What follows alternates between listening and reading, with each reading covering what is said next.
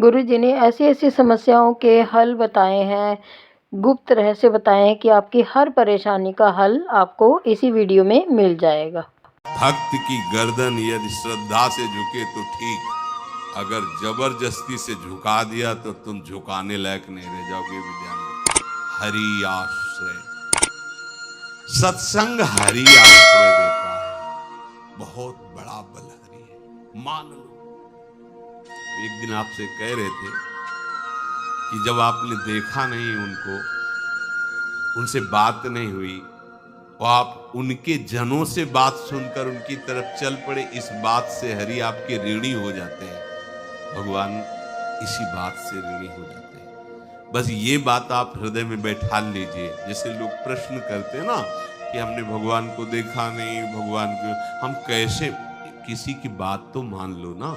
आप मान लो, वो तो आपके अंदर भी बैठे हुए हैं, वो आपको इतना प्यार देने लगेंगे, जहां कोई सहायक नहीं होगा वहां हरि आपको दिखाई देंगे। देख लेना, बिगड़ी ऐसे क्षण में बन जाती है, ऐसा लगता है गला कटा तो वो तलवार गले तक आएगी, हार बनकर सुगंधित फूल बन जाएगी, पर गले तक आने आने तक तुम्हारी निष्ठा देखी जाएगी। नहीं नहीं, बस मेरे हरि का यही विधान, वो आते आते हार बन जाएगी, वो तलवार तुम्हारा गला नहीं काट पाएगी, क्योंकि गले में हरि नाम चल रहा है। मान लो, हमारी महालक्ष्मी चरण चापती रहती, क्या चाहिए तुम्हें, क्या चाहिए, आप सच्ची मान, क्या मतलब कितनी मलिनता छा गई। हम इसको मार देंगे तो 2 लाख रुपए मिल जाएंगे, ये कर देंगे तो, अरे भैया अगर तू हरि नाम जपेगा तो इसकी कीमत नहीं है, कीमत नहीं, अमूल्य वस्तु है, इसके ब्याज में तू कुबेर बन सकता है। मूल तो कभी खत्म होता ही नहीं है, ब्याज में तू ब्रह्मा बन सकता है। बनना तो चाहे, भक्तजन तो कहते हैं नहीं चाहिए मुझे ब्रह्मा का पद, परमेष्ठी पद, नहीं चाहिए सम्राट पद, नहीं चाहिए योग की सिद्धियां, मुझे प्रभु आपकी दास्ता चाहिए। ये बात कितना महासुख होगा उस भक्त को जो इन बातों को कह रहा है, नहीं चाहिए मुझे मोक्ष सुख नहीं चाहिए। वो ऐसे थोड़ी कह रहा है, श्रद्धा से नहीं कह रहा, अनुभूति से कह रहा है, मुझे नहीं चाहिए ये सब, इनमें वो सुख नहीं है जो आपके चरणों के समीप रहने में सुख है। नहीं सत्संग भजन नहीं हरि को, श्रवण न राम कथा अनुरागी, सुत बित दार भवन ममता निसि सोवत अति न कबहु मति जागी। अरे तेरी बुद्धि सो रही है, जगा दे। पुत्र में, रुपया में, स्त्री में, मकान में, इसमें सबकी ममता होती है, सबकी, जितने सृष्टि में पैदा हुए, केवल सत्संगी की नहीं होती। जो असली सत्संगी है उसकी ममता प्रभु के चरणों में होती है, क्योंकि वो जानता है सब रूपों में प्रभु ही है, ये सब पसारा प्रभु का ही है, इसलिए ममता उसकी प्रभु के चरण। एक अहमता ममता ये जग में है दुख जाए, ये जब श्री जी की ओर लगे तो होत परम जाग जा, बिना जागे दुख दूर नहीं हो सकता।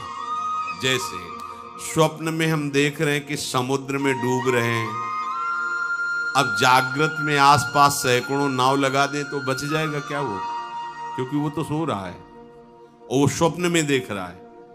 अब हम नाना प्रकार के तैराकों को बाहर तैनात रखें तो उसको कोई सुख मिलेगा क्या, क्योंकि स्वप्न में उसको अगर सुखी करना है तो एक ही उपाय, जगा दे। जगा दो तो ना समुद्र रह गया ना डूबना रह गया। ऐसे ही संसार में मोह से ऐसे ग्रसित जीव है, भाई इतना ही सुख चार है, और उसी स्वप्न में वो दुख से निवृत्त होना चाहते हैं। अब हम बाहर से उनकी कामनाओं की पूर्ति करने वाली बात करें तो क्या वो सुखी हो जाएंगे क्या? इसीलिए कोई साधु जो भगवत मार्ग का पथिक है वो कभी सपोर्ट नहीं करेगा जाओ ऐसा है। वो जाओ ऐसा ही है जैसे उस स्वप्न में समुद्र में डूब रहा है, बाहर से हम जल जहाज नाव तैराक सब लगा रहे हैं, लेकिन वो नहीं सुखी होगा, क्योंकि उसके सुख का कारण तब बनेगा जब स्वप्न हटे। स्वप्न तब हटेगा जब वो जागे। जो सपने सिर काटे कोई, बिन जागे दुख दूर न होई। तो उसको जगा दो। साधु जन क्या करते हैं? जगा देते हैं उसको। जागो, कहां मोह निशा सब सो निहारा, देखे स्वपन अनेक प्रकारा, यही जग जामिन जागे जोगी। योग भगवान से जो तुमने वियोग कर रखा है, तुम जगो। जे ही जगोगे तुझे ही जाने, जग जाए हेराई, जागे जथा स्वपन भ्रम जाई। कोई नहीं है यहां। एक कल श्लोक, मत्तः परतरम नान्यत किंचित् अस्ति धनंजय, मेरे सिवा कोई नहीं। ये कब पता चलेगा? जागने पर। तो हमें ये बहुत कुछ दिखाई दे रहा है, स्वप्न है। उमा कहूं मैं अनुभव अपना, सत हरि भजन जगत सब सपना। तो बोले तुलसीदास हरि नाम सुधा तजी, सठ हठ पियत विषय विष मांगी। अगर कहीं संतों के पास भी गए तो क्या मांग रहे हैं? हठ करके विषय विष मांग रहे हैं। वो आत्मदेव नाम के एक ब्राह्मण थे, सब कुछ समृद्धि थी, संतान थी नहीं, बड़े दुखी गृहस्थी में। हमारा कुल चलाने वाला होना चाहिए। बड़ा भ्रम बैठा हुआ, हमारा कुल चलाने वाला नहीं, सब बेकार, जीवन ही बेकार हो गया। बिना गुरु के यदि शास्त्र पढ़ोगे ना तो भ्रमित हो जाओगे। स्पष्ट लिखा, पुत नाम के नरक की उसको प्राप्ति होती जिसके संतान नहीं होती। अब तो गृहस्थ में बेचारा पड़े परेशान। उन्होंने सोचा इससे अच्छा है आत्महत्या कर लें। बहुत संतों के पास जाकर के यज्ञ करके सब अपनी कामनाओं की पूर्ति चाहते, दान पुण्य दे करके। उसने भी जितना उपाय हुआ किया, नहीं हुई संतान। मरने के लिए जंगल में, उधर से एक सन्यासी जी आ रहे थे। देखा साधु तो ब्राह्मण तो थे, उठ प्रणाम किया। देखा उनको उदास क्यों हो? उनका महाराज उदास ही नहीं, मैं तो आत्महत्या करने आया हूं यहाँ जंगल में। अरे ये तो महापाप है, आत्महत्या तो बड़ी दुर्गति का कारण है। बोले महाराज अगर आप बचाना चाहते हो तो आप कृपा करो। क्या क्या चाहते हो? बोले हमारे पास सब कुछ है, बेटा नहीं दोगे तो हमारा जीवन बेकार। तो उन्होंने अंतर्दृष्टि से देखा और कहा 7 जन्म तक तेरे पुत्र नहीं भाग्य में तेरे लिखा है। तो उसने कहा फिर तो अभी मरते, आत्महत्या करते हम 7 जन्म की बात, हम 7 दिन नहीं जिएंगे, हमें पुत्र चाहिए। संत का दयाल। देखो जिनके पास तपस्या और भजन का धन होता है, जब भगवान अधीन है तो कुछ भी कर सकते हैं, कुछ भी कर सकते हैं। प्रारब्ध मिटाना कोई बड़ी बात नहीं। प्रारब्ध जानते कोई देवता थोड़ी है, तुम्हारा पीछे का किया हुआ कर्म है। और इधर चोर का भजन है, भजन के प्रभाव से कर्म को नष्ट करने में देर थोड़ी लगती है। ये तो अच्छे शुभ कर्म करो तो तुम्हारा प्रारब्ध बदल जाएगा। भजन का प्रयोग प्रारब्ध बदलने के लिए थोड़ी है। पर वो ऐसा हट किए तो उनका देखो, हट करने से लाभ नहीं मिलता है। उनका हमें उपदेश नहीं, हमें पुत्र चाहिए। अगर आप भगवत प्रेरित होकर यहाँ आए हो तो आप हमें। तो उन्होंने तपस्या के बल से फल की रचना की। उनका जाओ अपनी पत्नी को ये फल पवा दो और इससे निश्चित पुत्र होगा। बहुत प्रसन्न, कामना पूर्ण की। देख लो प्रभाव, देखो कामना का। प्रसन्न हुए आए। धुंधुली नाम था उनकी पत्नी, नाम भी बहुत बढ़िया था, धुंधुली। वो कहा कि देखो ये फल खा लो, तुम्हारे संतान हो जाएगी। बहुत मीठी बात बोलती थी, मृदुभाषी, कपट हृदय। अलग अलग क्षेत्र होता है, हृदय कपट और मुख में मीठी बात। बहुत संभल के व्यवहार करना चाहिए ऐसे लोगों से। मधुरिया बानी मीठी, क्या मृदु भाषा। नहीं प्रीतम, आप चिंता मत करो, फल ऐसे थोड़ी खाया जाता है, नहा धो के पवित्र होके फिर। हाँ उनका ये बात, आप अपने काम में लगो, हम पा लेंगे ऐसा। अब आपको विश्वास है ना? बोले विश्वास है, इसमें क्या विश्वास, आप भी तो चाहती ना पुत्र हो। बोले हाँ। वो जो ही गए तो अपनी बहन को बुलाया और कहा सुनो, अभी तो हम 4-5 रोटी कढ़ी चावल सब पा लेते हैं, पूड़ी खीर पुआ, गर्भ रहेगा तो पेट तो उसी से भरा रहेगा, तो हमारा भोजन रुक जाएगा। हाँ ये तो बात है, जब पेट बढ़ेगा और अगर घर में आग लग गई तो फिर हम भाग नहीं पाएंगे, तो हम जल जाएंगे। ये निगेटिव सोच वाले लेते। और पंडित जी तो इसी बात में लगे हैं कि गर्भ रह जाए तो क्या करें, तुम्हारा हम खाएंगे तो है नहीं, पक्की बात, पर करे तो क्या करे, पंडित जी को कैसे समझो। उनका देखो एक बात है, हमारे गर्भ है, हमारे कई लड़के हो चुके हो, गरीबी है ही है हमारे यहाँ, तुम कुछ पैसा दे देना और ये नाटक करना कि मैं गर्भवती हूं, बच्चा समय होने पर हम पहुंचा देंगे, हम घोषित कर देंगे हमारा बच्चा मर गया। तो पंडित जी को तुम नाटक में बताते रहना कि गर्भ है, बच्चा हो जाए, पंडित जी कह देना बच्चा हो गया है, तो बोले दूध पिलाने की समस्या आएगी, तो बोले ये तुम कह देना कि पहला पहला बच्चा है हमारे वक्षा स्थल में, दूध नहीं, हमारी बहन का था तो मर गया बच्चा, तो उनको बुला लेती तो बात बन जाए, बढ़िया बात हो गई। परीक्षा के लिए फल गाय को खवा दो, गाय को खवाया, ठीक समय पर गोकर्ण जी प्रकट हुए, दिव्य तेजोमय बालक, कान केवल वो गाय के, बड़े ही विद्वान भगवत भक्त संत के द्वारा कहा था 7 जन्म तुम्हारे भाग्य में, बच्चा नहीं तो नहीं है, देखा गाय के हो गोकर्ण जी प्रकट हुए।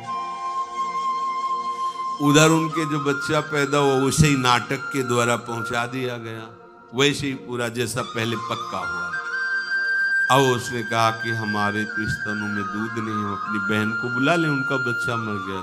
हाँ हाँ हमारा बच्चा स्वस्थ होना, आप बुला लो, उसको हम धन भी देंगे, वो हमारे बच्चे की सेवा करे। अपने नाम से जोड़ करके उसका नाम रखा धुंधकारी, धुंधुली और धुंधकारी, अज्ञान का साक्षात स्वरूप। और जैसे ही वो अवस्था बढ़ती गई तो उसके पापाचरण बढ़ना शुरू किया, बच्चों के साथ खेलता, खेलते हुए बच्चों को उठा लेता और कुएं में डाल देता, मतलब घोर अत्याचार। गोकर्ण जी हर समय भजन साधन शास्त्र स्वाध्याय, जब और बड़ा हुआ तो फिर माता जी को अपने डंडों से रोज पूजन करता, पिताजी को गाली लात थप्पड़, पिताजी तो रो पड़े। गोकर्ण जी से कहा कि बेटा हमारी गाय से प्रकट हुए पर भरोसा आप ही का है, बचा सकते हो, तो बोले पिताजी जाओ यहाँ से, भाग जाओ यहाँ से, एकांत जंगल में जाकर भगवान श्री हरि का भजन करो। उन्होंने 2 श्लोकों में उपदेश किया। दूसरा श्लोक ये, धर्मम भजस्व सततम त्यज लोक धर्मान, सेवन सदा साधु पुरुषं जहि काम कृष्णाम, अन्यस्य गुण दोष चिंतन मास मुक्त्वा, सेवा कथा रस मोहो नितराम पिबत्वम।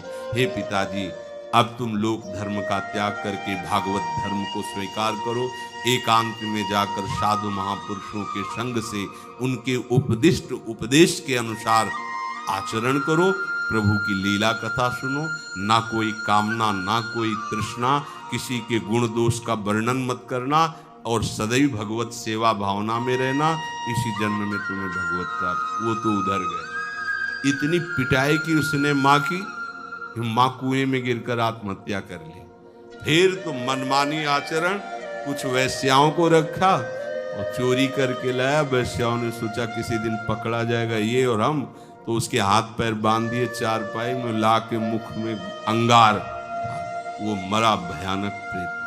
कामना ने क्या किया, सर्वनाश। किसी को हरि विमुख होकर कभी सुख मिल सकता है। आप संतों के पास जाइए, अपनी कामना रखिए, हम ये नहीं कहते कि कामना तुम त्याग पाओगे, कामना रखिए, भगवान के पास जाइए, अपनी कामना रखिए, क्योंकि आप कामना से युक्त हैं, पर छूट इतनी दे दीजिए कि जिसमें हमारा मंगल हो वो करना।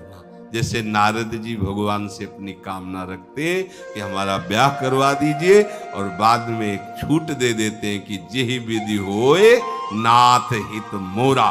तो हरि को अच्छा लगेगा, गुरुजनों को अच्छा लगेगा कि इस कामना से इसका कोई जीवन बाधित नहीं होगा, वो पूर्ण भी कर देंगे। और अगर लगा कि इसका पतन हो जाएगा तो आप रोते रोते भी कामना की पूर्ति नहीं करेंगे। उत्तम बात तो ये है कि कामना हरि की प्राप्ति की करो, वो सर्व सुख स्वरूप है। किसी का अन्य आश्रय, अन्य बल ना लेते हुए अपने श्यामा श्याम के चरणों का आश्रय लेकर निरंतर भजन करो, तो ये अनुभव हो जाएगा कि सुख किसे कहते हैं। अभी तुम्हें परिचय ही नहीं मिला, सुख किसे कहते हैं। सुख सच्चिदानंद है, सुख एक रस है, सुख अविनाशी है। वो सुख सदैव बढ़ता रहता है, घटता कभी नहीं। एक रस होते हुए भी प्रतिक्षण वर्धमानम है, कभी कभी अंत नहीं होता इस सुख का। ऐसे अनंत सुख के लिए हमें मनुष्य जन्म मिला है। प्यारे, इसे मत खोइए, हर समय राधा राधा राधा राधा राधा, और किसी को दुख मत दीजिए। कोई गंदा नशा मत कीजिए, कोई गंदे आचरण मत कीजिए, गंदा भोजन मत कीजिए जिससे अन्य जीवों को कष्ट हो। ऐसा कोई भोजन स्वीकार मत करो। इसी जन्म में आप देख लेना, इसी जन्म में आपको वो वस्तु मिल जाएगी, निहाल हो जाओ। हम किसी पक्षपात की बात नहीं करते। अगर इस छाती को बचपन से अभी तक ऐसा, तो हम कह देते कि भाई आगे कुछ भी हो, कोई भी हमारी गलती हो, हम ये मान सकते हैं, पर हमें ये पता चला कि बचपन से आज तक जलता ही रहा, कभी शांति नहीं मिली, भागता ही रहा, पर कभी विश्राम नहीं मिला। हम ये आपको कह रहे हैं कि जैसा प्यार प्रभु वैसा अन्यत्र कहीं कभी कहीं नहीं मिला। और प्रभु के प्यार का मूर्तिमान स्वरूप हमारी प्यारी जू निहाल कर दिया प्रभु ने। प्यारी जू के चरणों का आश्रय और उनका परिचय देकर पूछो, बस यहाँ वाणी मौन हो जाती है। प्यारी जू तो प्यारी, और हम ही नहीं, आप सब महाभाग्यशाली है। वृंदावन आए, राधा किशोरी जी के घर में आए और उनकी चर्चा सुन रहे, उनके सिद्धांत सुन रहे। कहीं ना कहीं आपके अंदर उनकी तरफ बढ़ने की इच्छा भी है, ये बहुत बड़ी बात है। बस इस इच्छा को, इस आशा को इतना बढ़ा लो कि कोई इच्छा न रह जाए, कोई आशा न रह जाए। हर समय निरंतर नाम जप करते रहो। तुलसीदास हरिनाम सुधा तज, भगवान नाम तज कर विष मांगते हो। सूकर श्वान श्रृगाल सरिस जन, जनमत जगत जननी दुख लागी। ए काहे को ऐसी गालियां सुनोगे? ये गालियां है, ये सुअर कुत्ता की तरह जीवन व्यतीत करते हो। धिक्कार तुम्हारी माँ को जो तुम्हारे जैसा पुत्र जन्मा। अपनी इंद्री की पुष्टता के लिए दूसरों को मार देते हो, चाहे रसेंद्री चाहे जनेंद्री। इंद्रियों की पुष्टता के लिए जानवर जैसा बर्ताव करते हो। कैसा तुम्हारा जीवन है? केवल एक क्षण के सुख के लिए दूसरे को जला दिया, काट दिया, मार दिया। चाहे रसेंद्री का सुख चाहे जनेंद्री का सुख, एक क्षण के सुख के लिए उसका गला काट दिया, उसको रांध के खा रहे हो, उसके साथ भोग किया, उसको काट के फेंक रहे हो, उसको जला रहे हो। क्या तुमसे तो अच्छा सुअर कुत्ता है कि वो अपनी योनि के अनुसार बर्ताव कर रहा है। तुम मनुष्य योनि होकर ऐसे गंदे काम करते हो। सुधर जाओ। कैसी मलिनता छा रही, कैसी मलिनता। अगर उनको शब्दों से बोले तो बहुत बुरा लगेगा। इस शरीर में क्या है? अगर यहां से चमड़ी हटा दी जाए तो यहां मलाशय है, मल मूत्राशय है, उनके द्वार है।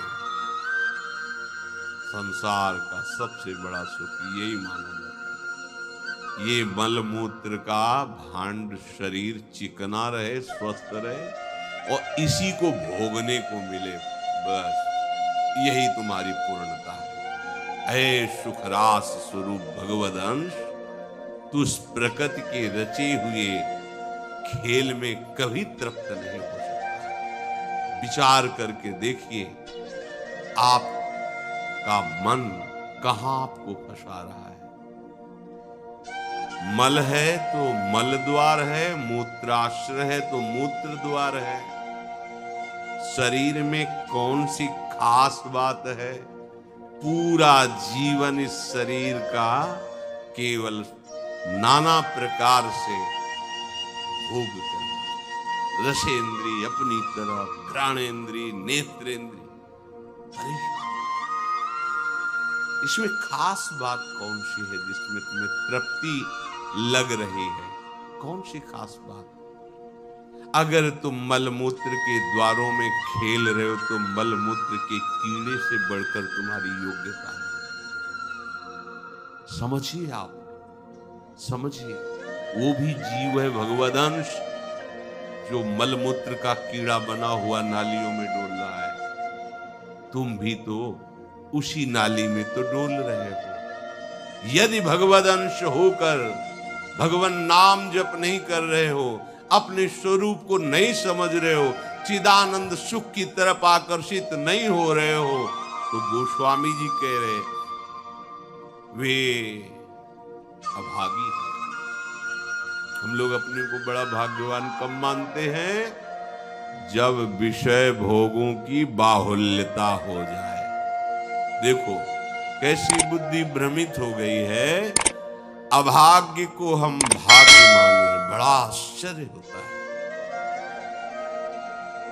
कैसा आश्चर्य!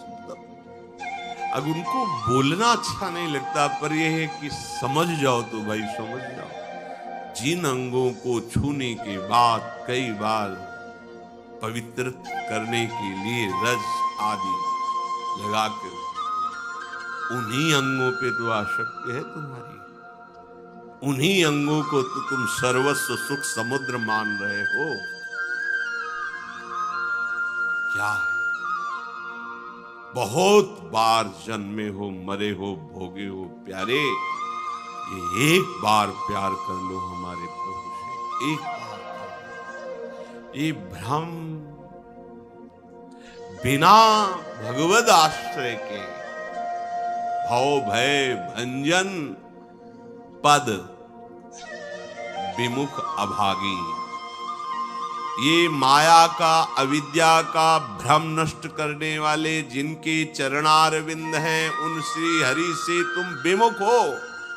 अरे अभागी, तुम नरक तुल्य भोगों को भोग रहे हो। ये बिना सत्संगी के ये शब्द नहीं पचा सकते आप, क्योंकि आप उसी में रमण करते हैं। आपको लगेगा क्या है, फिर जिंदगी क्या रह गई? अरे अभी देखा क्या है, जिंदगी क्या है? निहाल हो जाओगे, नाच पड़ोगे, मस्त हो जाओगे। किसी का कोई भय नहीं, कोई चाह नहीं। सौंदर्य समुद्र, प्रेम समुद्र, ज्ञान समुद्र जब प्रीतम गले लगाएंगे, निहाल हो जाओगे। पर चाह तो है मलमूत्र के शरीर को गले लगाने की। चाह है इसी को, ये स्वस्थ रहे, खूब विषयों को भोगूं। कैसी दुर्बुद्धि छा गई है और बढ़ती चली जा रही है दुर्बुद्धि। ये ऐसी तृष्णा बढ़ती चली जा रही है, पूछो मत। सावधान हो जाओ प्यारे, बहुत कम समय है, तुम्हारा शरीर छीन लिया जाएगा, जबरदस्ती छीन लिया जाएगा। ना चाहते हुए तुम्हारे शरीर का नाश हो जाएगा। मान लीजिए एक चंद समय है, कुछ समय जिसे तुम 80 साल 100 साल समय ऐसे गए। ब्रह्मा जी के लोक में एक कमल की पंखुड़ी ऐसे छेदी जाए तो मृत्यु लोक का 1 वर्ष हो जाता है। कितना तुम्हारे पास? हमारी रात सोने में चली जाती है, दिन नाना प्रकार के भोगों के संग्रह के लिए, कमाई के लिए, भोगों के भोगने के चिंतन में चलिए। हमारा सच्चा जो मार्ग है, जो सत्य मार्ग है, जहां सुख मिलना है, हमारे पास समय नहीं उसके लिए। किसी से बात, हमारे पास समय नहीं। वाह, समय का बढ़िया सदुपयोग कर रहे हो, परिणाम तुम्हें समझ में आएगा। गोस्वामी जी कह रहे हैं कि निश्वासर रुचि पाप असुचि मन, ये मन अपवित्र हो चुका है भोगों का चिंतन करने से, रात दिन पाप हो रहे हैं, समझ में नहीं आता कि हम पाप कर रहे हैं। एक सेकंड में हमारे मन की वृत्ति दूसरे के दुख को दुख नहीं समझती, उसे दुख देकर सुख भोगने के लिए आज्ञा दे देती है, करो। बस जितनी सुंदरता संसार में, उसके सबके मैं भोगता बन जाऊं। मलिन मन, यहां कुछ सुंदर है क्या? अगर एक दिन 10-20 बार सोच हो जाए, ऐसी दवा खवा दो, फिर उसी के देखो चेहरे की कांति कैसी हो जाएगी। अगर 2-3 दिन हालत चलती रही, देखने लायक नहीं रह जाएगा चेहरा। इसको तुम कुछ खास समझते हो? पानी का बुलबुला फूटने में देर नहीं लगती, पर तुम कमा क्या रहे हो? एक कर्म भूमि है, तुम यहां आए हो अच्छे कर्म करने के लिए, प्रभु की प्राप्ति के लिए, महासुख प्राप्ति के लिए। पर कह रहे निश्वासर रुचि पाप, रुचि पूर्वक पाप कर रहे हैं। छल पूर्वक आपने किसी का धन अपहरण कर लिया, किसी की हिंसा कर दी, व्यभिचार कर लिया। आप अपने मित्रों में बैठकर अहंकार पूर्वक बात करते, तुम्हें पता है मैंने इतने रुपए उड़ा दिए, उसको पता भी नहीं चलने दिया। पता है तुमने आज हमने उसके साथ एक गलत किया, कोई कुछ नहीं कर सकता।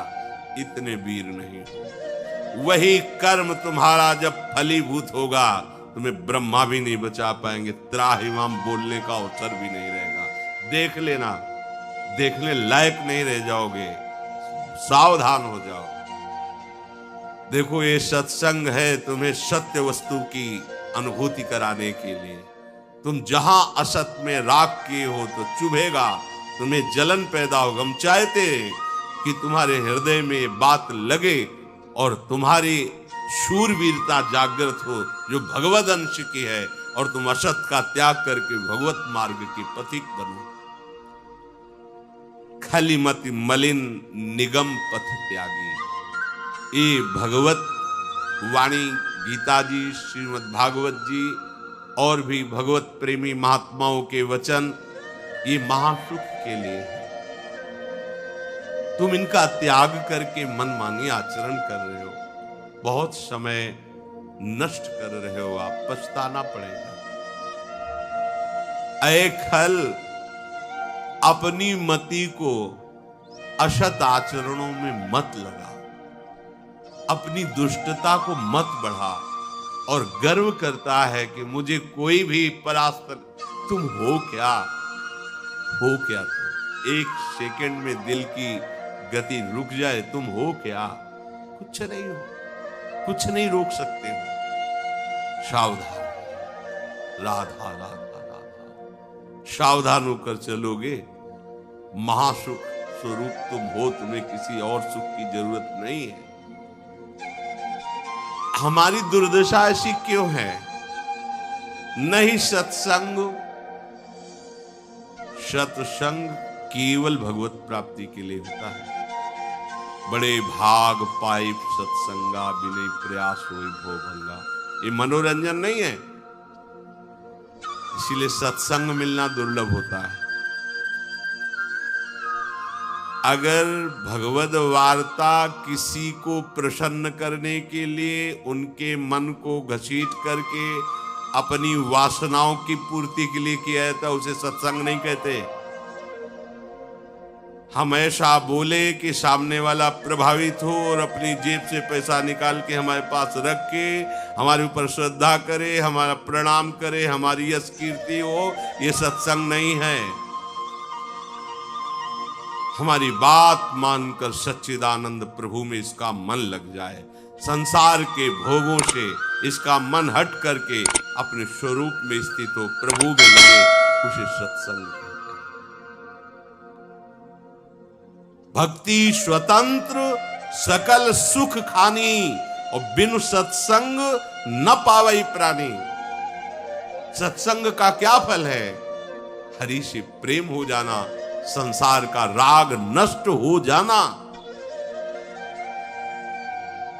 सत्संग का सीधा फल है प्रभु से प्रेम। अगर प्रभु से प्रेम नहीं हो रहा, आपको अपने दोस्त सत्संग में बैठने पर जला नहीं रहे, तो सत्संग नहीं हो रहा, मनोरंजन हो रहा है।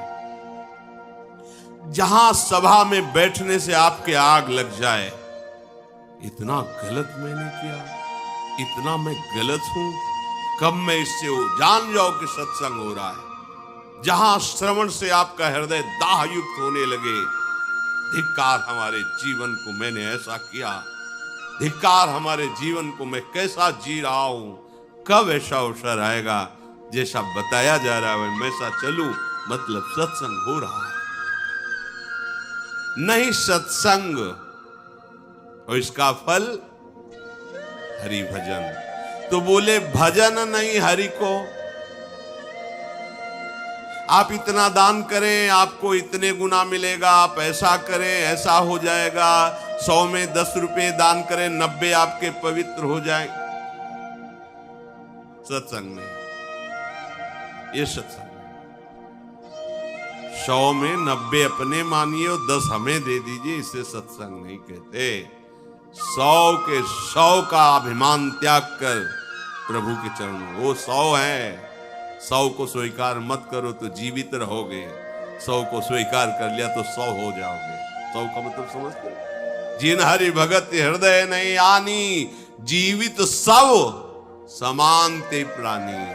जीवित 100 जिंदा मुर्दे के समान, ते नर नरक रूप जीवत जग। किसी भी वस्तु का अहम और ममत्व न रह जाए और प्रभु में, यह सत्संग का स्वरूप। सत्संग का स्वरूप तुम्हारे मन को खुशी नहीं, तुम्हारे मन को मार देगा। सत्संग का स्वरूप तुम्हारे मन को मार करके सच्चिदानंद प्रभु में लगा देगा। महाभागवतों के वचन, भगवान की वाणी तुम्हें भगवत स्वरूप में स्थित करेगी, प्रपंच का बढ़ावा नहीं। इससे प्रपंच का बढ़ावा होता है। गंदी नाली से हाथ धोगे तो तुम्हारे हाथ पवित्र हो जाएंगे, ये गंदी नाली। अधर्म का आचरण करके तुम सोचो उसमें दान कर दे, कभी पवित्र नहीं होने वाले। भ्रम मत करना, दान शब्द वहां लगता है जो धर्म पूर्वक कमाया हुआ है। 4 रोटी कमाई, 1 रोटी किसी भूखों को दे दो, ये मंगल होगा। पापाचरण करके, हिंसा करके, व्यभिचार करके, छल कपट करके कमाओ और उसके बाद सोचो दान लगेगा ही नहीं। और जो स्वीकार करता है, अधर्म का सहायक होता है, वो दोनों को दंड मिलेगा, दोनों को दंड मिलेगा। बहुत सावधान। सत्संग हमारे नाना प्रकार की वासनाओं का नाश करता है, वासनाओं को बढ़ावा नहीं देता। आप ऐसा करो, गृहस्थ हो, दान धर्म से युक्त हो जाओ। हाँ, देखो ना हरिपाल जी ने चोरी करके भगवान को रिझा लिया, बेमतलब का शब्द। हरिपाल जी ने सर्वस्व समर्पित करके प्राणपण प्रभु की सेवा, साधु सेवा का भाव लेकर के फिर वहां खड़े होते थे कि इसका भी मंगल हो जाएगा, जो भगवत भी। अगर रामकृष्ण बोल दिया तो बोले नहीं, अपने सुख के लिए नहीं, अपने सर्वस्व का न्यौछावर करके कोई ऐसा दिखाई दिया जो रामकृष्ण हरि से विमुख है, उसका अर्थ लेकर संत सेवा में लगा दे। पहले अपना सर्वस्व नाश करो, समर्पित करो, फिर देखो तुम्हारे अंदर स्थिति क्या आती है, फिर उसके अनुसार चलो। देखे, बेईमानी को दान नहीं कहते, बेईमानी को धर्म नहीं कहते। ये भ्रम मत करना, कभी ऐसा दान भी मत करना, नहीं तो दुर्गति से बच नहीं सकते कि हमने अमुक रुपए कमाए पापाचरण से, चलो संतों का भंडारा कर देते। सैकड़ों संतों की बुद्धि भजन से बिलक करने का जो पाप होगा तुम भोग नहीं पाओगे। मत देना कभी संतों को, जो तुम्हारा पाप का कमाया हुआ धन हो, कभी मत देना संतों को। उन्होंने जीवन अर्पित किया प्रभु के लिए। अगर तुम्हें पवित्र होना है तो प्रणाम करो, उनकी बात मानो, इसी से तुम्हारा मंगल हो जाएगा। और धर्म से यदि कमाया है, 4 रोटी है, 1 दे दो, मंगल हो जाएगा। इस तरह से सत्संग का फल सीधा भगवत स्वरूप में स्थित होना, प्रपंच का बढ़ावा देना नहीं। राधे राधे दोस्तों। तो देखिए, गुरुदेव जी के पास हर समस्या का समाधान मिल जाता है, उनके पास होता ही है। तो ऐसी ही वीडियोस को देखने के लिए प्लीज़ चैनल सब्सक्राइब करें, ज़्यादा से ज़्यादा शेयर करें, ताकि सभी को गुरु जी की वाणी का और उनकी बताई गई समस्याओं के हल का सबको फल मिल सके। मिलती हूँ आपको नेक्स्ट वीडियो में। राधे राधे।